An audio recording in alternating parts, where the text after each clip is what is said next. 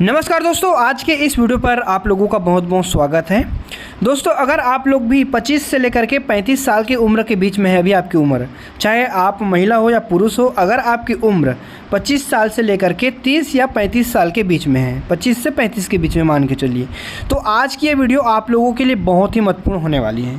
क्योंकि आज के इस वीडियो पर आप लोगों को मैं ऐसे 5 कार्ड के बारे में बताने वाला हूँ, जो कार्ड एक 25 से 35 साल के बीच के युवा के पास होना ही चाहिए। अगर ये कार्ड आपके पास नहीं है तो समझ लीजिए आप एक बहुत ही लेज़ी पर्सन है, मतलब आप एक आलसी पर्सन है, जो कि ये ऐसे कार्ड को नहीं बनवाए हैं जो आपके लिए इतना ज़रूरी है कि ये कार्ड अगर आपके पास रहता है तो आप बहुत से मुसीबत से बच सकते हैं। तो आज के इस वीडियो पर आप लोगों को मैं इस कार्ड के बारे में पूरी जानकारी बताने वाला हूँ।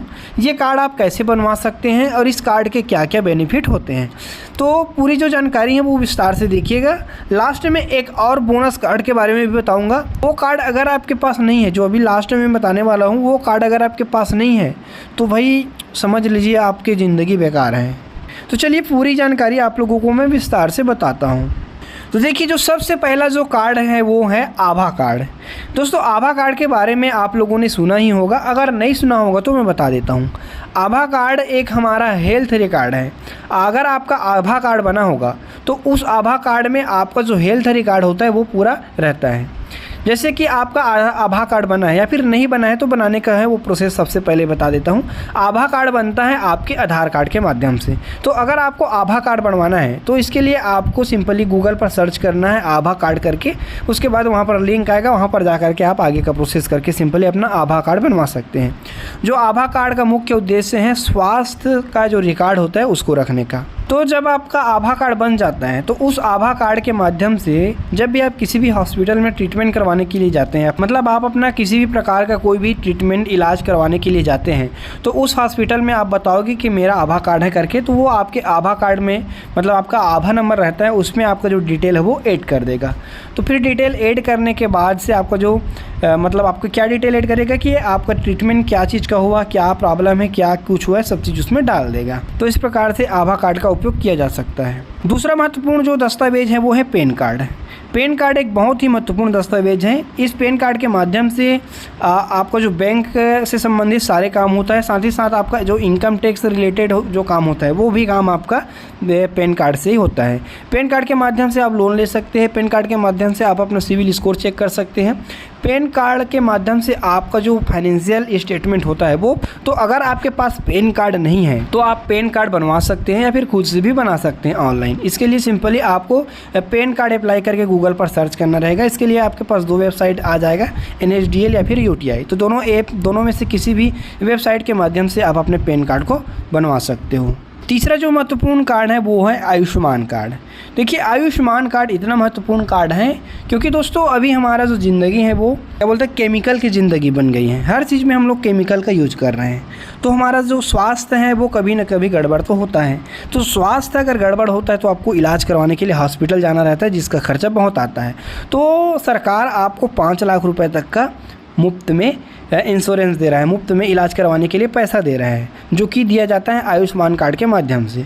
तो अगर आपके पास आयुष्मान कार्ड है तो आप अपने आयुष्मान कार्ड का उपयोग करके 5 लाख रुपए तक का ट्रीटमेंट करवा सकते हैं। 5 लाख रुपए तक का मुफ्त में इलाज करवा सकते हैं। ठीक, तो ये जो आयुष्मान कार्ड है वो किसी भी चॉइस सेंटर लोक सेवा केंद्र पर बन जाता है। इसके लिए आपके पास आपका आधार नंबर होना चाहिए, आधार कार्ड होना चाहिए। अगर आपके पास आपका आधार कार्ड है तो ये आयुष्मान कार्ड को आप सिंपली बनवा सकते हो। इसके बाद फिर चौथा महत्वपूर्ण कार्ड है श्रम कार्ड। तो देखिए, श्रम कार्ड 2 प्रकार का होता है, ई श्रम कार्ड और आपके स्टेट में जो बनाया जाता है लेबर कार्ड वो। तो अगर आपके स्टेट में भी बनाया जाता है श्रम कार्ड तो उसको भी आप बनवा लीजिएगा, और जो सरकार के द्वारा बनाया गया है ई श्रम कार्ड वो तो आप लोगों ने बनवाया ही होगा।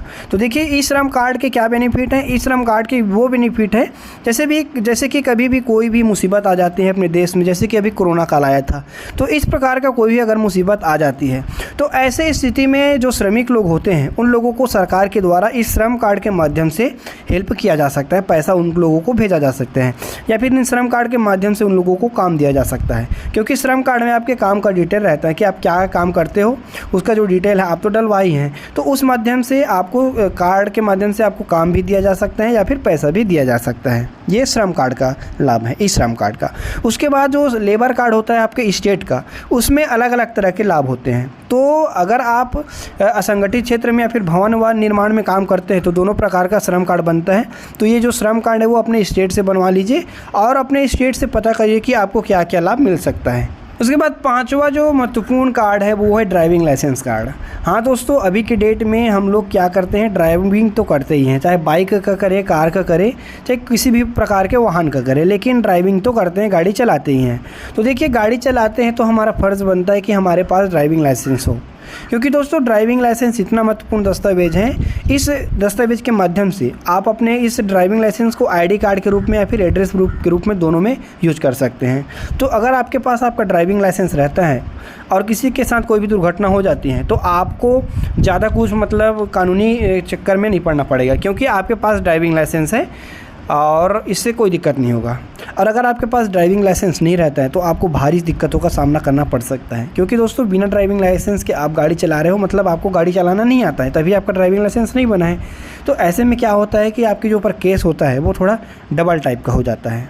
तो ऐसे स्थिति से बचने के लिए आप अपने ड्राइविंग लाइसेंस को बनवा सकते हो। ड्राइविंग लाइसेंस बनवाने के लिए आप किसी भी चॉइस सेंटर लोक सेवा केंद्र पर जा सकते हो या फिर किसी भी अपने आसपास के आरटीओ ऑफिस पर जाकर के अपना ड्राइविंग लाइसेंस बनवा सकते हो।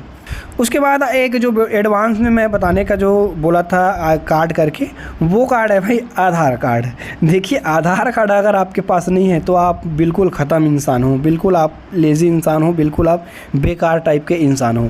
क्योंकि अभी के डेट में जिसके पास आधार कार्ड नहीं है वो समझ लीजिए वो इंसान ही नहीं है, मतलब वो इस दुनिया में नहीं रहता है। वो तो या तो फिर वो पागल है या फिर वो बेवकूफ़ है या फिर मतलब इस प्रकार के इंसान है जिसके पास अभी के डेट में आधार कार्ड नहीं है।